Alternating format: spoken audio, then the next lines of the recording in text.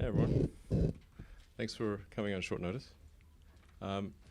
So there's two things I wanted to talk about today, and I'll start off with the landing of the boost stage.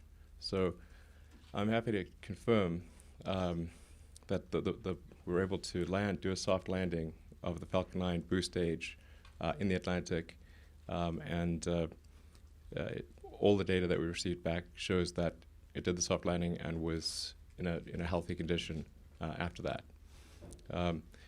It does look like it was that the stage was subsequently destroyed by wave action, because the seas were very heavy. It was like 15 to 20 foot seas. So we suspect the stage was destroyed due to the essentially stormy seas. But the data is very clear that it shows a soft landing, it shows deployment of all the legs, and that the stage was in a safe state in the water. We also have a video feed, although the link was very weak. So for the video feed, we're trying to clean the video feed up and try to have it be something that where you can make sort of sense of it.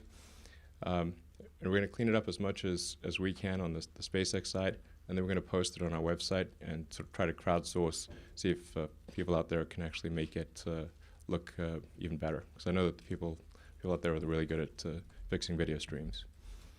So I think that's a really huge milestone for SpaceX and certainly for the space industry. No one has ever soft landed a liquid rocket boost stage before. And I think this bodes very well for achieving reusability. As people have maybe heard me say, I think what SpaceX has done thus far is evolutionary, but not revolutionary. And I think if we can if we can recover the stage intact and relaunch it, the potential is there for a truly revolutionary impact in space transport costs. The cost of propellant is actually only about 0.3% of the cost of the rocket, or of a mission. So a mission costs $60 million. The cost of propellant is only $200,000. So there's the potential there for ultimately a 100-fold improvement in the cost of access to space. So I think with the information that we've learned from this flight, we know we can soft land the rocket. And we're taking some additional steps with the upcoming flight, which will be a commercial mission for Orbcomm to have a much greater probability of getting to the stage in time and recovering it. So we're securing much bigger boats this time, unfortunately. I think we try to get we call every boat owner on the East Coast above a certain size. And it turns out most of the boats that can take really heavy seas are actually in the Gulf and elsewhere, but apparently not in the greater Florida area. So this time we're going to have much more capable boats, and I think also we kind of got unlucky that we essentially landed the stage in the middle of a big storm, and so hopefully this time we will not have to do that. It will also be splashing down or landing in the water much closer to land than last time. So I think hopefully we'll avoid some of the deep ocean stuff. And then with each successive launch, and we have several more launches this year, we expect to get more and more precise with the landing. And if all goes well, I'm optimistic that we'll be able to land the stage back at Cape Canaveral by the end of the year. So that's all great stuff, and I think assuming that happens, we should be able to refly the main boost stage sometime next year. Anyways, it's somewhat of a huge day because we've been trying to do this at SpaceX for a long time, and it's been 12 years, and we sort of finally did it. And now we just got to bring it back home in one piece. So any questions about that? Sure. Yeah, have you, Jeff Faust, Space Review, have you identified a landing site at the Cape to bring the stages back to? Yeah, we've actually worked with Air Force Range Safety to identify several locations at Cape Canaveral where we can land the stage. They've actually been really helpful.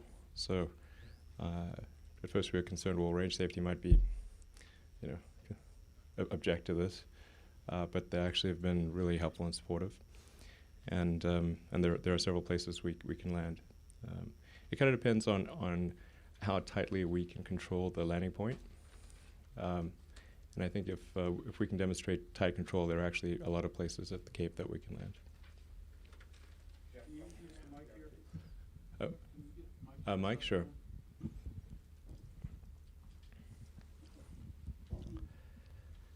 Alan Boyle with NBC News. Elon, was anything sighted or recoverable, or was there just nothing left that you could see when you tried to look for the stage? So the recovery operations were challenging because we actually couldn't get a boat out there for 2 days. We literally could not find anyone willing to go out there. We even called the Coast Guard, and the Coast Guard wasn't willing to go out. So as soon as we could get out there was, like I said, 2 days later. We actually have been able to find pieces of the interstage. So that the interstage is the carbon fiber structure that joins the first and second stage. And that's certainly something that you would expect to get destroyed by wave action because it's got a big open hole at the top and the waves will come in and kind of blow it apart. So we've recovered most of the interstage.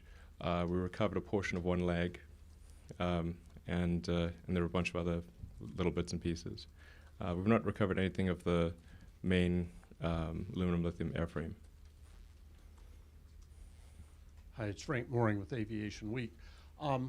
Does your data show how close you got to your aim point? Yeah. And also, how many more attempts will you be able to have to get to that target by the end of the year? Sure. So in this particular case, we were just trying to get the rocket to go to zero velocity at the water, at sea level, and we weren't trying very hard to get to a precise location.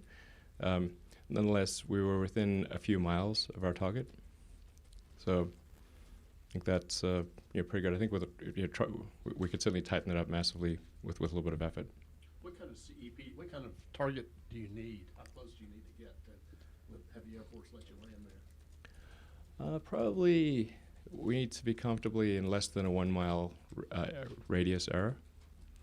But I mean, in principle, we should be able to land with the accuracy of a helicopter.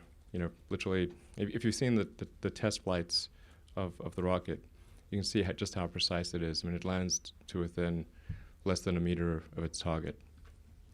So, yeah.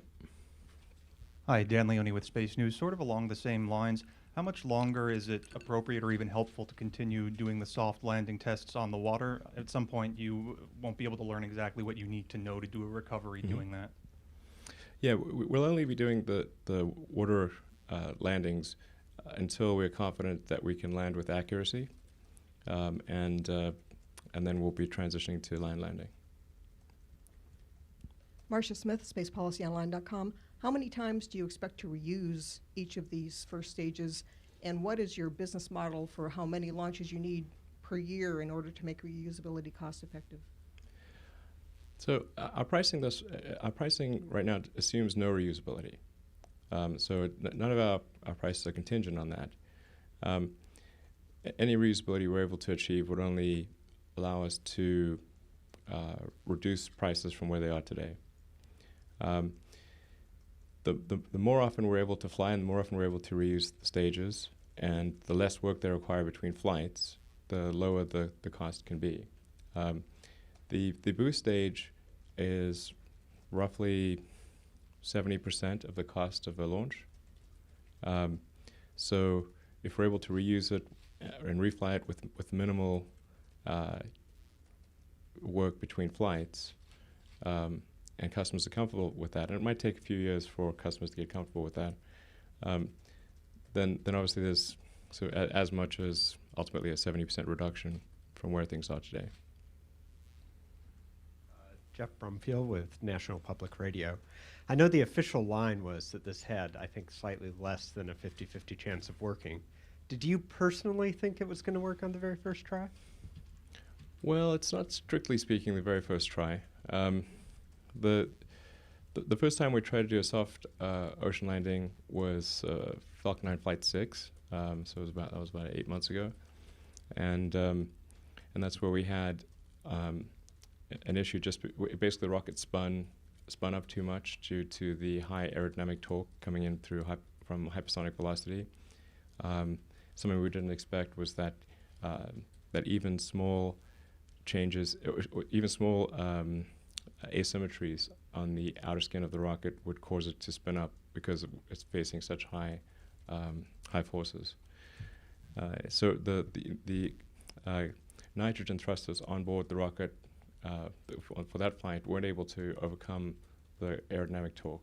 For this flight we just had, we doubled the thrust of the nitrogen thrusters. So and also added a bunch more nitrogen coal gas propellant. Did you think it was going to work out? I gave it sort of a 40-50% chance of working, and so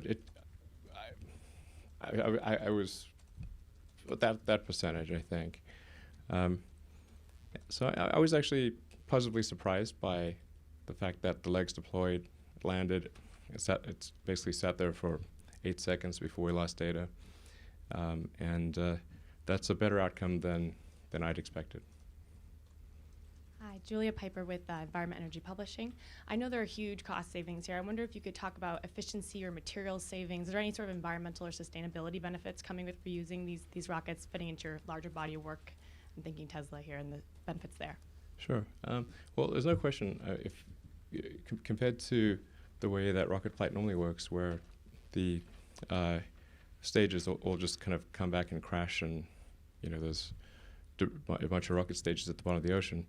Reusing the stages is much better for the environment, and it takes much less energy. Then you don't have to keep rebuilding new rockets, and so I think there's certainly a sustainability element there. Yeah. We have some reporters who are queued up on the phone. If you could give your name and affiliation prior to asking your question. Thank you, sir. Our first question comes from the line of, I believe it's Mr. Keith King, and he's from CBS News. Please proceed. Great. Thank you very much. Can you hear me all right? Sure. Great. It's Peter King at CBS Radio News. Just a quick yes/no question, and then one that might take a little longer. You know for sure, I just want to make sure I've got it straight. Do you know for sure that it's soft landed vertically? And the second question is, how long do you anticipate it'll take you to turn around a spent first stage to be ready to fly again? We know with certainty that it landed vertically with the legs deployed and in essentially a nominal configuration, because we've got the telemetry to show that. So, and there's multiple sources of telemetry. We have sensors on each individual leg. We have multiple inertial sensors and GPS, multiple GPS units on it, and they all sort of agree with that conclusion. In terms of it being ready for reflight, if we were to recover the stage from the ocean, it would probably take a couple months to refurbish it for flight. However, for stage landing back on land near the launch site, in principle, we should be able to refly it the same day. So it's a huge difference, and that's why we're really focused on trying to get it back to the launch site. That's what would really make the huge difference on reusability. And obviously, with the space shuttle, we had a case where there was a partially reusable vehicle, but the space shuttle was neither rapidly nor completely reusable. And in order to achieve a revolutionary improvement in the cost of spaceflight, any reusability has to be both rapid and complete. Next question from the phone, please. Thank you, sir. Our next question also happens to be Mr. Bill Harwood from CBS News. Please go ahead, sir. Yes, thank you. Mr. Musk, how far downrange with the soft landing zone on this flight And you mentioned a minute ago, taking a little time to get customers comfortable with flying a rocket again that's already been flown. I can agree that might be a real hurdle to face, maybe more than the technical side. Can you talk a little bit about what you'll have to do to demonstrate to them that this is, in fact, a reliable way to fly? Thanks. Right, absolutely. I think what we'll have to do is do a demonstration reflight without an operational satellite on board. And if that demonstration reflight works, and some customers may want more than one, then that's the thing that would really ultimately convince them. And then I should probably transition to the other sort of news item, which is not as well. Not the first one was positive. This one's a bit negative. The SpaceX has decided to file suit and protest the Air Force ELV block buy. This is a 36-core sole source uncompeted procurement that was signed earlier this year, and that essentially blocks companies like SpaceX from competing for national security launches. Essentially, what we feel is that that this is not right. That the national security launches should be put up for competition, and they should not be awarded on a sole source, uncompeted basis. And it just seems odd that if our vehicle is good enough for NASA and supporting a $100 billion space station, and it's good enough for launching NASA science satellites, for launching complex commercial geostationary satellites, and really every satellite you can imagine. There's no reasonable basis for it not being capable of launching something quite simple like a GPS satellite. So this really doesn't seem right to us. We've tried every avenue to try to figure out why is this the case. Is there anything we can do besides file a protest? And it seems like we're essentially left with the only option, which is to file a protest. The ULA rockets are basically about 4 times more expensive than ours. So this contract is costing the U.S. taxpayers billions of dollars for no reason. And to sort of add salt to the wound, the primary engine used is a Russian main engine made in Russia. And moreover, the person who's sort of heads up Russian space activities is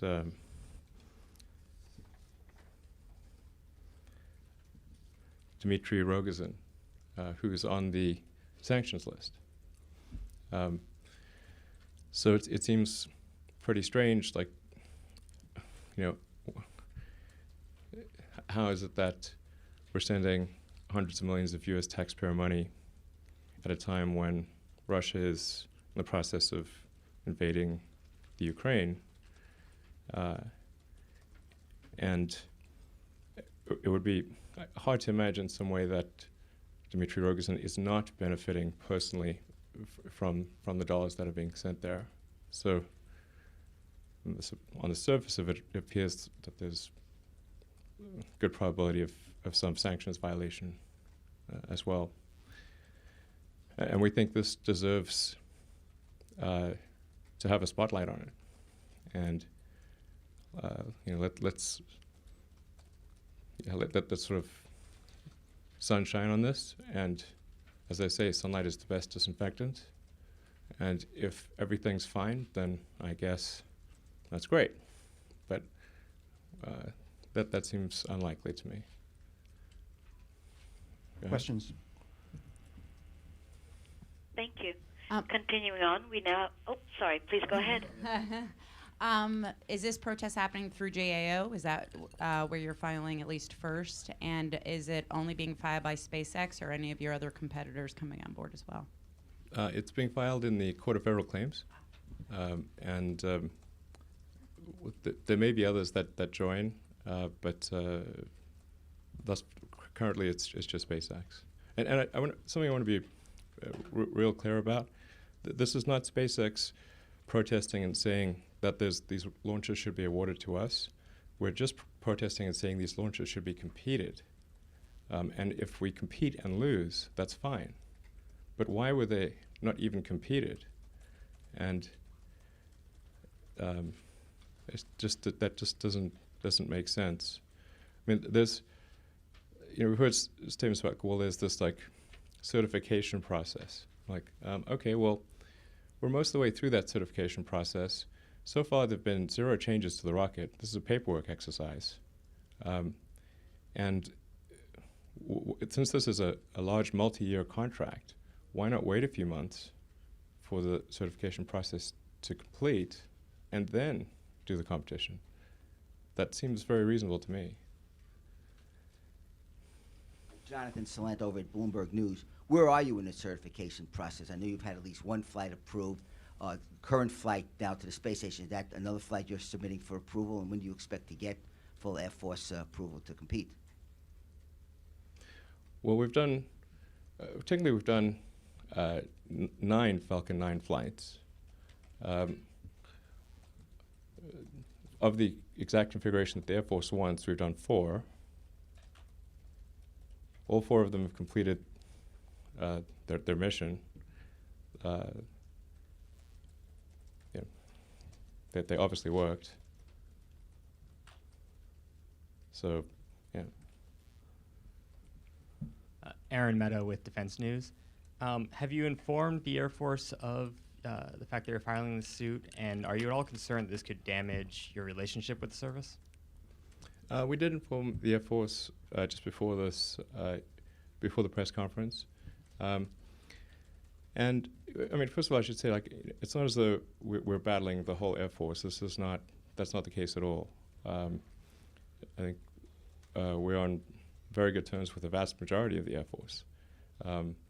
Our concern really relates to a handful of people in the procurement area of the Air Force. Hi, Elon. I'm Pat Hose with Defense Daily. It seems one of the frustrations with the company is that the Air Force tells you to do one thing and then you're about to do it, but then they change the rules or perhaps move the goalposts on you. Can you cite some specific examples of how the Air Force has moved the goalposts on you on your quest to become qualified? Well, I guess the goalposts were certainly moved with respect to for SpaceX relative to when Boeing and Lockheed competed for the ELB contracts. Boeing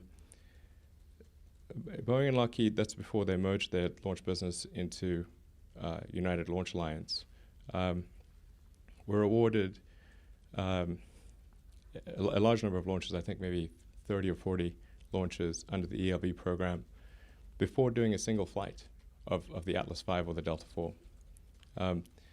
When SpaceX came along and said, hey, we'd like to compete, we were told that we had to have 3 flights of the exact configuration that the Air Force would fly before they would allow us to compete. That seems like, it's a bit like pulling up the drawbridge, after, not quite right. But we did that, we actually did that. And after we did the 3 launches and completed them, that's a month later we were told, the Air Force has done has done this huge sole source procurement, uncompeted, to Boeing and Lockheed. We're like, but we just did the thing you asked us to do. That seems pretty wrong. Yeah. I should also say this. Normally when there's a sole source, a huge multi-billion-dollar sole source procurement, there's a justification given. In this case, there was no justification provided for this.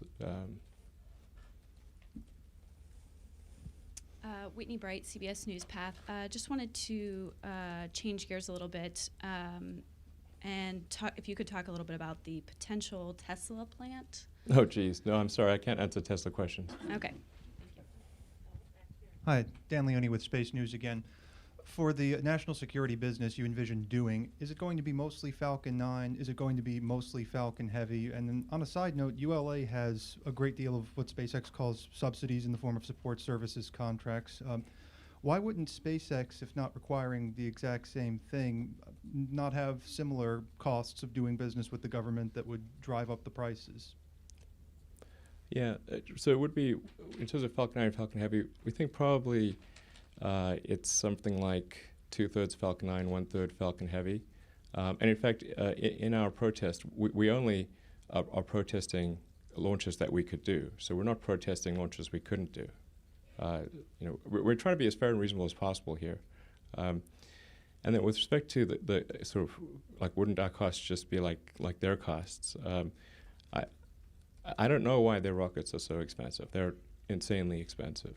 I mean, on the order of $400 million a flight, all things considered. So in our case, our commercial price is $60 million.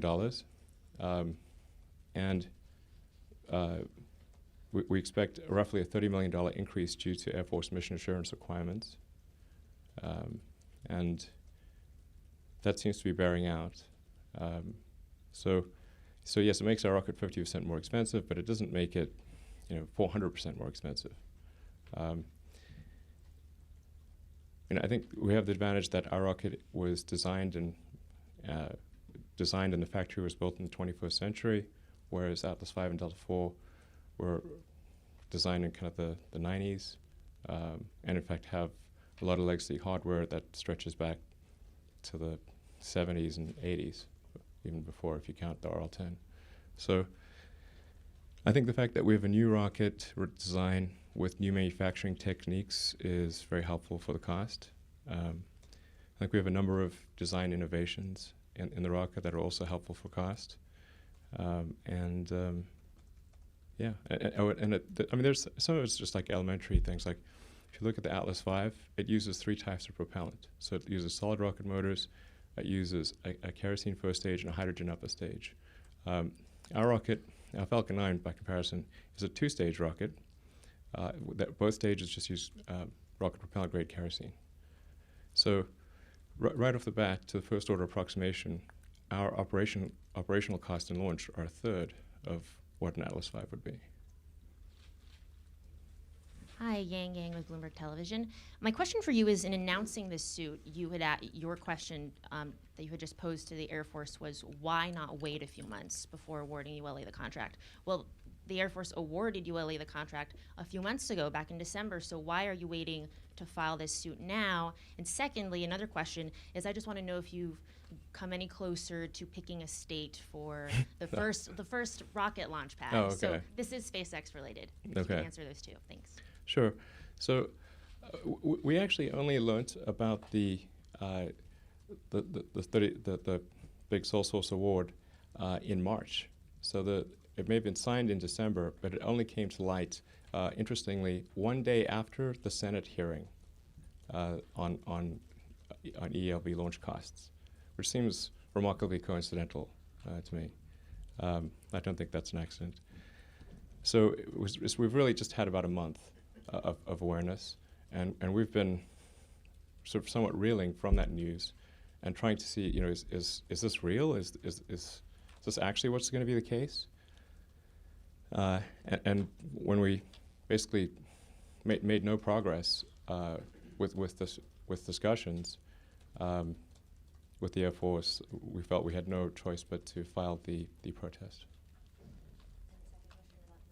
Oh, launch pad. So, well, and our primary launch location is Florida with Cape Canaveral. So we've got pad 40 on the Cape Canaveral side, and then pad 39A on the NASA side.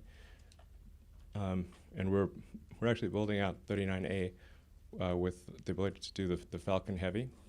So probably the first Falcon Heavy launch will be out of the 39A pad, which is really an amazing pad with incredible history. It's where Apollo 11 launched from.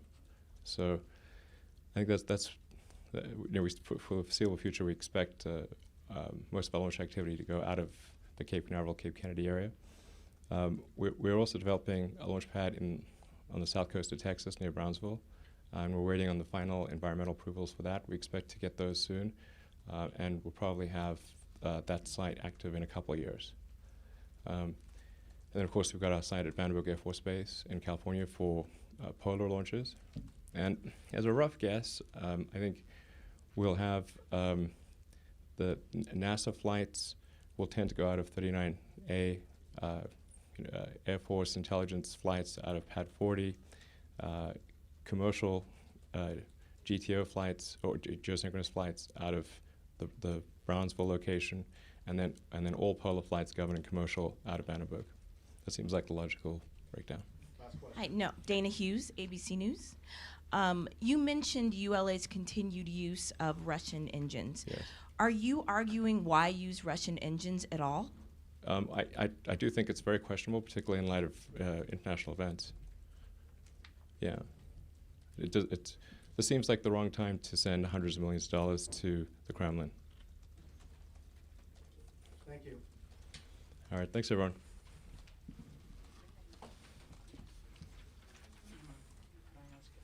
Sure, Alan, what's up? Are you asking the Air Force to kind of hold up and wait until you're able to get formally certified? Yeah, I think the right thing to do would be to cancel the oh, sorry. Yeah, I think that the reasonable thing to do would be to cancel the 36 core contract, wait a few months for certification to complete, then conduct a full competition. I think that would be in the best interest of the American public, by not by a small margin, but by a huge one. What would stop other competitors potentially from asking for the same courtesy? Well, I think they should. Yeah. Yeah. All right. Thank you.